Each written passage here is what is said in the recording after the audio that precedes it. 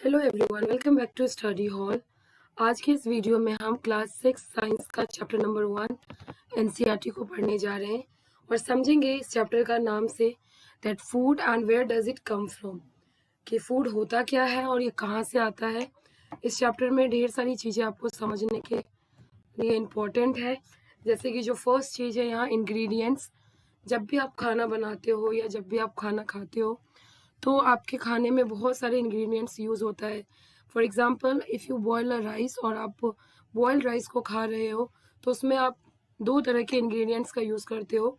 Number one is कि आप उसमें रॉ राइस और वाटर दो इंग्रेडिएंट्स का यूज़ करते हो। So ingredients is like if you are making roti chapati तो आटा और वाटर जो है ये यूज़ होता है आपके एज ए इंग्रेडिएंट्स। वैसे ही अगर आप दाल बनाते हो तो उसमें water salt oil ghee and अगर आप उसमें स्पाइसेस देना चाहते हो या पल्सेस जो दाल हैं वो, ये सारी चीज़ें जो है एज ए इंग्रेडिएंट्स काउंट होंगी। ना फूड मटेरियल्स एंड सोर्सेस, कि ये जो फूड मटेरियल्स हैं ये आते कहाँ से हैं और इसके जो है सोर्स क्या क्या होते हैं, किन किन जगहों से जो है ये फूड मटेरियल्स हमें, किन किन सोर्सेज से जो है ये फूड मटेरियल्स हमें मिलती है। तो इसमें दो सोर्स जो है वो इम्पोर्टेंट है, एक तो हमें प्लांट सोर्स से और secondly sources of food ingredients from animal source. So plant और ये जो एनिमल है ये दोनों सोर्स बहुत ही इम्पोर्टेंट है, क्योंकि हम जो भी अपने डेली लाइफ में खाते हैं या बनाते हैं तो इन सारी चीज़ों में जो है, इन सभी फूड में जो है ये या तो ये प्लांट सोर्सेज से होते हैं या फिर हमें ये with the help of animal sources ये हमें प्रोवाइड होती है या फिर ये हमें मिलती है। सो ये टेबल बहुत ही ज़्यादा इम्पोर्टेंट है, लाइक जो इंग्रेडिएंट्स यूज़ हुए हैं इस फूड आइटम को प्रिपेयर करने के लिए और जिन सोर्सेज से ये जो फूड आइटम्स हैं वो आपको मिले हैं वो यहाँ पे आप देख सकते हो इस टेबल नंबर 1.3 में।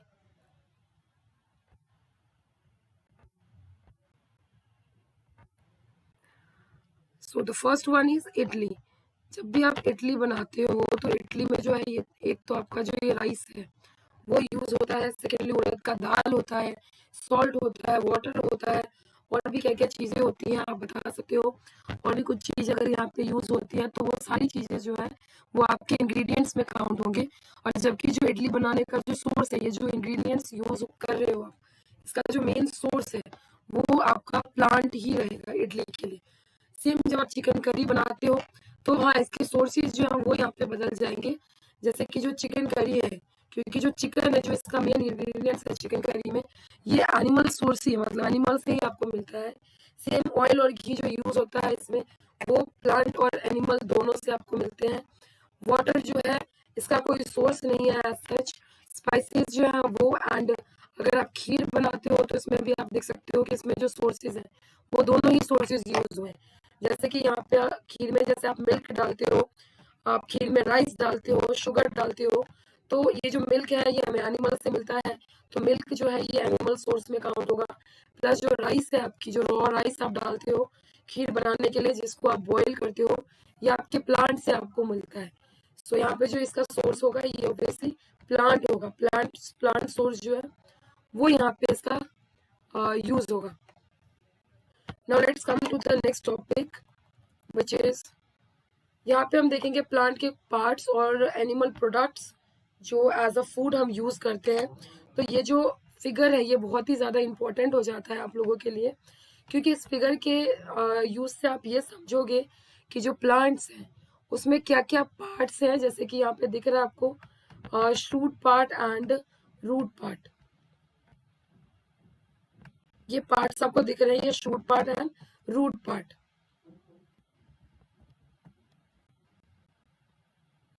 सो ये रूट सिस्टम हो गया and this one is shoot system.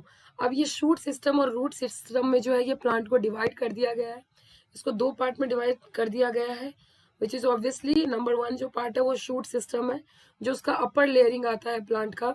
Upper layering में जो है ये बहुत सारी चीजें जो है ये अपर लेयरिंग में आ सकती है, लाइक जैसे कि number one is flower, then उसके बाद फ्रूट जो है ये भी अपर लेयरिंग में ही आता है जो कि शूट सिस्टम के ही अंडर आएगा। स्टीम जो है वो भी आएगा एंड जो लीफ है ये भी इसी के पार्ट में आएगा शूट सिस्टम में। सेकेंडली आप देखोगे जो ये नोड है ये एंड इंटर नोड ये बहुत ही ज्यादा इंपॉर्टेंट हो जाता है आप लोगों के लिए जब आप ये प्लांट को कंप्लीट पढ़ते हो, बिकॉज ये जो नोड है ये नोड आपके जो लीव्स हैं और जो प्लांट है इनके बीच का जो भी आपका ये एरिया है, this is called node. And when you talk about inter node, तो इंटर नोड ये कंप्लीट एरिया हो जाता है, ये कंप्लीट एरिया हो जाता है जिसमें आपके जो है अदर पार्ट्स जो है वो अटैच नहीं होंगे, वो एक सिंपल सा स्टेम जैसा दिखेगा, that is called inter node. Secondly आपका जो है बर्ड, ये भी इंपॉर्टेंट है, ये भी शूट सिस्टम के अंदर ही आएगा।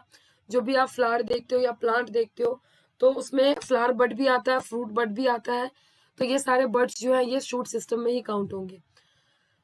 अब बात करते हैं रूट सिस्टम की। जैसे कि नाम से सजेस्ट किया गया है यहाँ रूट सिस्टम, मतलब ये कंप्लीटली जो है ये रूट वाला जो पार्ट है इसका ये सारा जो है ये रूट सिस्टम में काउंट हो जाएगा। ये इसके नीचे का कंप्लीट पार्ट जो है ये रूट सिस्टम में काउंट होगा, जिसमें सबसे पहले आपका आएगा primary root and then secondly secondary root. Primary root तो वो जाएंगे जो आपको प्राइमरली बेसिस पे जो है जो रूट निकलते हैं, that is primary root. And when you talk about this secondary root, तो ये जो प्राइमरी रूट है उसके बाद जो ये थोड़े से एनलार्ज्ड एरिया करके जो निकलता है that is called secondary root. ये बहुत ही ज्यादा इंपॉर्टेंट है ये फिगर, क्योंकि इसमें आपको दिखाया गया है कुछ ईटेबल पार्ट्स की, जिन जिन चीजों को हम एज अ ह्यूमन बींग और एज अ एनिमल हम जिन चीजों को खा सकते हैं, जिन पार्ट्स को हम खा सकते हैं प्लांट्स के, वो ये सारे पार्ट्स थे। आप अब वो डिपेंड करता है डिफरेंट डिफरेंट प्लांट्स के कि कौन से प्लांट्स के कौन से पार्ट को हम खा सकते हैं और कौन सा पार्ट जो है उसका वो ईटेबल है। सो ईटेबल प्लांट्स जब भी आपको जानना हो या जब भी आपको डेफिनेशन एग्जाम में पूछा जाए तो आप बता सकते हो कि सम प्लांट्स हैव 2 और मोर ईटेबल पार्ट्स। और ऐसे प्लांट्स होते हैं जिसमें कि आप लीफ भी खा सकते हो प्लस उसका जो फ्रूट है वो भी खाते हैं। कुछ प्लांट्स ऐसे होते हैं जिसमें आप जो बर्ड निकलते हैं, जो फ्लावर बर्ड निकलते हैं वो भी खा लेते हैं, और आप जो लीव्स हैं उसके वो भी खा सकते हो। बनाना प्लांट की अगर हम बात करें तो बनाना प्लांट जो है उसका हम फ्रूट तो खाते ही हैं एज अ बनाना, और साथ में जो है उसके जो ऊपर का जो एरिया होता है और इवन जो स्टीम वाला एरिया होता है वो स्टेम भी उसका हम खा सकते हैं।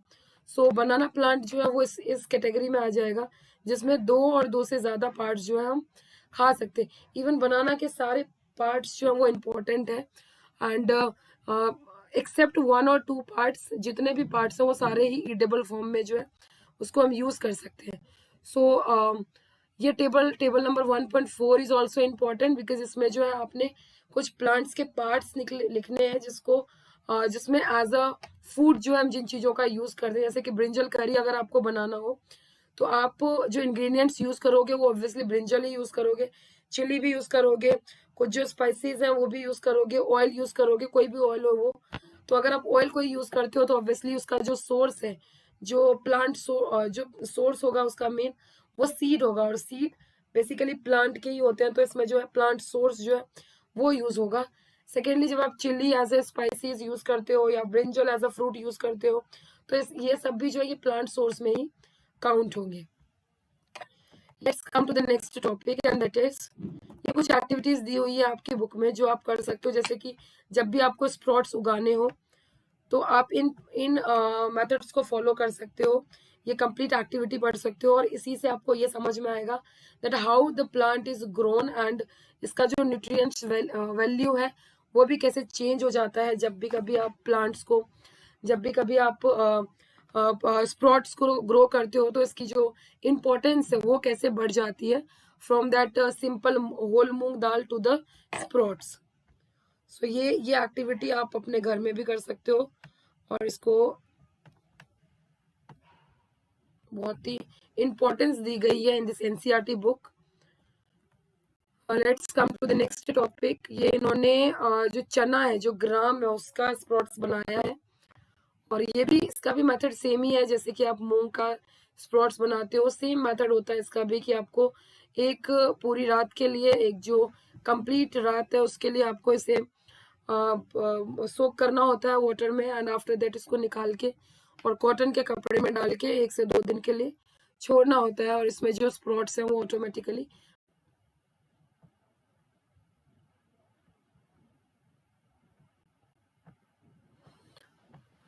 अब बात करते हैं जो बहुत ही इंपॉर्टेंट टॉपिक है इस बुक का, दैट इज नेक्टर। नेक्टर होता क्या है? आपने देखा होगा बी हाइव्स दो जो है वो देखा होगा कहीं ना कहीं, जो मधुमक्खी का जाला है या मधुमक्खी का जो छत्ता जिसे कहते हैं, वो आपने देखा होगा कहीं ना कहीं, जिसमें क्या होता है, जो मधुमक्खियां हैं, वो जो बीज है, जो मधुमक्खियां हैं, वो क्या करते हैं, अपने नेक्टर मतलब कि जो स्वीट जूसेस होते हैं, वो सभी फ्लावर्स से, जो भी उनको आसपास फ्लावर्स दिखते हैं, उनसे वो इन स्वीट जूसेस को जो है, फ्लावर के जूसेस को जो है वो कलेक्ट कर लेते हैं और उनको हनी में कन्वर्ट करके, कहाँ स्टोर करते हैं? वो स्टोर करते हैं हाइव्स में, मतलब कि अपने अपने घरों में, अपने छत्तों में जो है उन्हें हनी में कन्वर्ट करके स्टोर कर देते हैं। और उसके बाद क्या होता है, जो फ्लावर्स हैं, जिन्हें जिनमें जो है नेक्टर्स जो प्रेजेंट होते हैं, जो अवेलेबल होते हैं, उसे क्या करते हैं, वो पूरे साल के लिए उसको स्टोर करना शुरू करते हैं वो। और उसके बाद वो जो बीज है वो स्टोर कर देते हैं नेक्टर को अपने यूज के लिए, ताकि वो पूरे साल अपने खाना as their food, so that वो पूरे साल जो अपने खाने को खाते रहें। बट होता क्या है, जब हम उसको देख लेते हैं, उस हनी बी के जो है वो बी हाइव्स को देख लेते हैं, तो हम क्या करते हैं, उसको काट के और अपने लिए यूज कर लेते हैं उस हनी को। सो कहीं ना कहीं ये हम गलत करते हैं। बट हाँ, ये जो नेक्टर है ये स्वीट जूसेस ही होते हैं जो फ्लावर्स के होते हैं, जिसको जो बीज हैं वो कन्वर्ट करते हैं, उनको फ्लावर से ले आके उसको कन्वर्ट करते हैं और हनी में, और उसको स्टोर करके रखते हैं फ्लावर में, और उसको स्टोर करके रखते हैं अपने हाइव्स में फॉर द फ्यूचर यूज। और हम कह सकते हैं पूरे साल के यूज के लिए ही वो इस तरीके का काम करते हैं।